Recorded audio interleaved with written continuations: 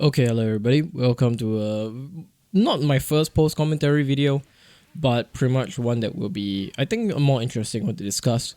I mean, if you've seen the title, they are talking about being a game project lead sucks. In this case, in the context of university. To give you some context and background information about me, I'm in a university. There is a 4-year course. It's called Interactive Media and Game Development. It's all about game development, if it wasn't obvious.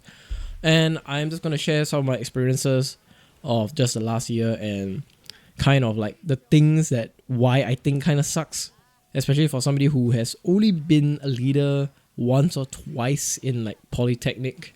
So yeah, we'll go with that. First of all, explaining ideas. This may seem a bit weird to say for some people who are especially extrovert, and for those who don't be, I'm a very extroverted person. I speak a lot.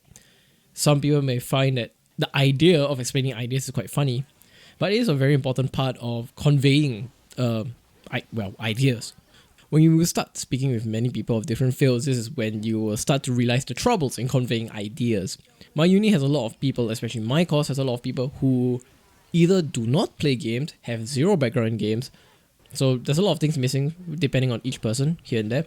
Especially when it comes to speaking with people who have already been in the industry before, but not like game industry, like the IT industry, trying to convey certain concepts like what makes something fun is very hard. For those of you who do play games, you understand, why you like game A and B or C and D. You have your reasons.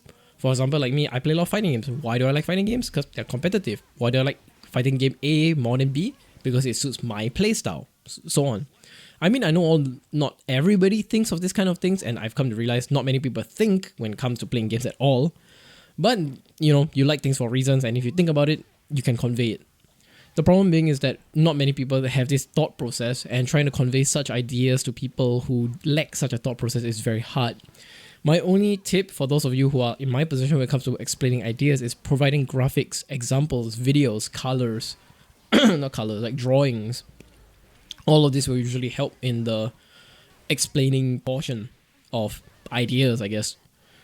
Especially when it comes to programming, where there's a lot of different concepts, like concepts such as vectors, arrays, dynamic heap, a heap stack, and so on and so forth. There's a lot of concepts that people cannot grasp, especially if they are not the kind of people with an abstract visualization.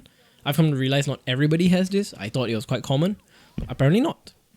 But anyways, let's move on to managing people and expectation. This was another thing that I believe a lot of people will agree with me. Managing people and managing expectations is not easy. I say this as somebody who has been technically, I was a semi-co-leader in the first semester, and after the next two I was. Managing people is not easy, especially when it comes to what was the outcome. If you're a person like me where you are not happy with just passing, and you would like to give good work and have a nice outcome or preferred outcome, it's hard when you're working with people who pretty much do not care or care about the wrong things and prioritize the wrong things. I've met people, my experience so far while being in this university is that there will be a lot of people who assume that university is just about studying, which, don't get me wrong, it is, but studying in the sense that where theory is not practiced. They assume that you can just theorize your way through university. And I believe in some courses it is very much possible.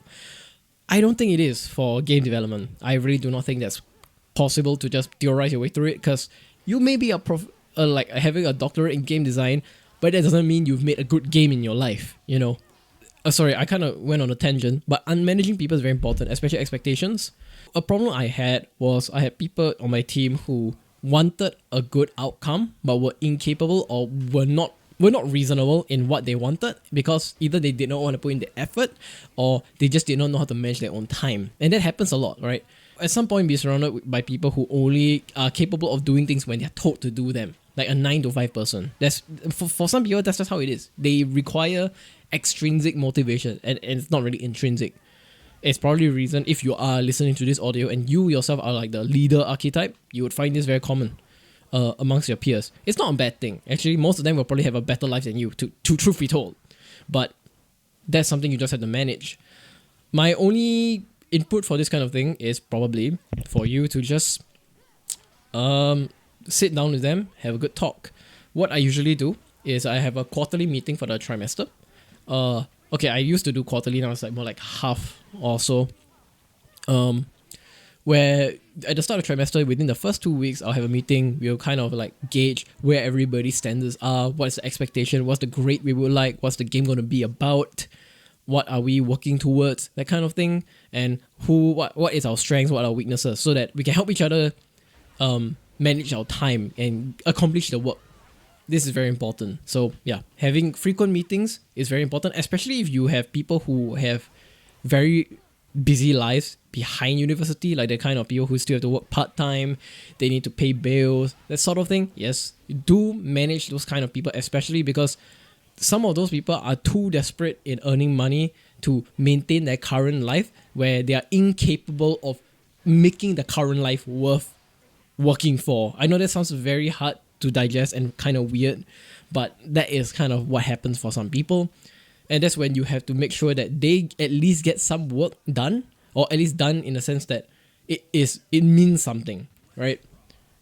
A mistake I've made before is giving some people too little work and it causing more problems down the line, or giving too much work and it causing down the line. This is when you usually would be recommended to face this person on a one-on-one. It's not going to be comfortable. It's not going to be comfortable for you. It's not going to be comfortable for them. But that's just a trade-off of being a leader. That's just how it is. It's better for you to deal with the thorn early on than to eventually step on it and suffer the damage.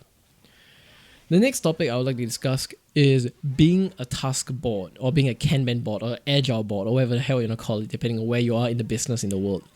This is very important, especially as a leader. It is more of a co-leader thing, but it happens. Essentially, what I mean is that you need to check in with people frequently on their tasks and what they're doing. You need to be able to deal with on an individual level, being like, okay, this is what you need to do, A, B, and C. Can you check back me by, let's say, Wednesday, something like that. You have to be able to speak to everybody individually or as a group and be capable of delegating tasks. This is why I said you need to manage people and expectations, so that you know and understand people's strengths and weaknesses, so that you know how to delegate tasks to certain people. It is just something that takes time, takes practice to recognize when certain people are not suited for certain jobs. And whenever a person tells you, oh, I'm okay with anything, do not listen to them. I say this as nicely as I can. Whenever somebody says they are okay with anything, it means they do not know, or are unsure, or incapable of pointing out what their strengths and weaknesses are. And that's not a good sign, right? They must be capable of choosing what they want, because number one, it makes your job easier, and it makes their lives easier as well. And because their lives are easier, it makes your life easier down the line. It is very important that you make this very clear onwards to your teammates, that they need to know what they want to do, so that you can delegate accordingly, so that you can do your job and not do their job. So that you don't need to do their job. Because at some point, if you delegate wrongly, you will spend more time helping people doing their job than you doing yours. And that's a very bad thing to happen. It's come up almost every single trimester. I do not like that process. And I say this as, if you cannot take this responsibility, this entire delegating section of being a leader, try being a co-leader instead first, before being a leader. Because it is very tiring to constantly think of something to reflect on the project every single week, just to give 5 tasks per person, or maybe 3 tasks per person, only to come back next week to realize that maybe 1 or 2 people did everything and the rest are missing 1 or 2 tasks, and you're backlogged and so on and so forth. You need to be careful of this. My tip for this is setting up a proper task tracking system. If you don't know what a Kanban board is, or agile board is, please go check it out. It's a very business lingo thing, but trust me, it does help. A to-do list is also very helpful. It's probably the most simple form of a Kanban board, but Kanban is especially effective in groups of 6 and higher. It is very, very good. The last topic I want to talk about is shouldering the party, aka being the captain of the ship. I don't want to use the term family for this, because I hate it when people say welcome to the family in a business or like in a group. I really, really dislike it. So I say this as well as I can. You are responsible for the overall outcome. If a project fails, and I say this, and I do not take this lightly, it is truly your fault, right? If you are the kind of person who wants to stand out from the rest and wants to lead the project, you must be accountable and responsible for that project. If it turns out to be shit, you failed at your job. And I'm not saying this as somebody who is like, oh, this is all your fault. No, things happen at some point. The question is, you need to take accountability for it happening. You need to realize, okay, where did I screw up, right? You can't control everybody. They will eventually screw up, and so will you, and that's fine. The problem is not shrugging. It's not like just saying, oh, it's my fault. It's my fault. No, it's recognizing what happened, thinking about what could have prevented it, and implementing that prevention for next time it happens. And before I'm going to move on from this responsibility, and this is also another section part that goes back to managing people, being the middleman between individuals. Being the middleman is very important, especially when you're having problems, especially communication between people doing different jobs. Like an artist to maybe maybe not artist to UI, they usually are on the same page. Maybe something like a level designer to a artist, for example, environmental design, for example, level and environmental. The environmental may do it in a certain way, but it doesn't make sense for it in terms of level design. And sometimes people are incapable of explaining. This is where you need to step in and kind of be like the middleman where you translate. If you're like me, where you have a lot of kind of a jack of all trades guy, where you are very broad on your horizons and you look at a lot of different topics, this is usually the best part for you to step in. Even if you're not the leader, this is where you should step in and try to translate. Communication is very important, and that will also be, it's not a new point, technically it's still part of shouldering the party, but it's my final point, being accountable for miscommunication. Essentially, whenever something goes wrong or something is miscommunicated, you should in fact sit down with the people who miscommunicated, or get the whole team, actually it's much better. Do it for the whole team, get everybody together and talk about what happened, what was miscommunicated, what was the outcome, what could have prevented it. This is very important. A general tip for this is just be always clarify what somebody is saying and be informed, right? Every tip I've said so far is not 100% going to work. There were many times where I have clarified and the person could not explain to me what exactly they wanted, or they themselves were not clear on what they wanted, and it causes a lot of problems, and vice versa. I gave them something, but they didn't clarify with me what I wanted. It happens, right? This is the point where you need to document a lot of things. Don't do word of mouth. I've tried this before. I've done this for like 4 years. Okay, not uni, but I've done game dev for about 4 years. Word of mouth does not work. Even to yourself, document everything. Almost everything should be written down to prevent any of these problems. So yeah. Anyways, I think I'm just gonna summarize everything else. So going back all the way to the top, explaining ideas, my tip, just use graphics, videos, drawings, colorful, blah, blah, blah. All of that will help. Just make sure that you at the end of the day, your idea can be translated into whoever you're speaking to. Managing people and expectation. Sit down with your team, discuss what is the outcome, what is everybody's ideal project, what is the grade you would like. I know that's a hard topic to talk about, but it is important.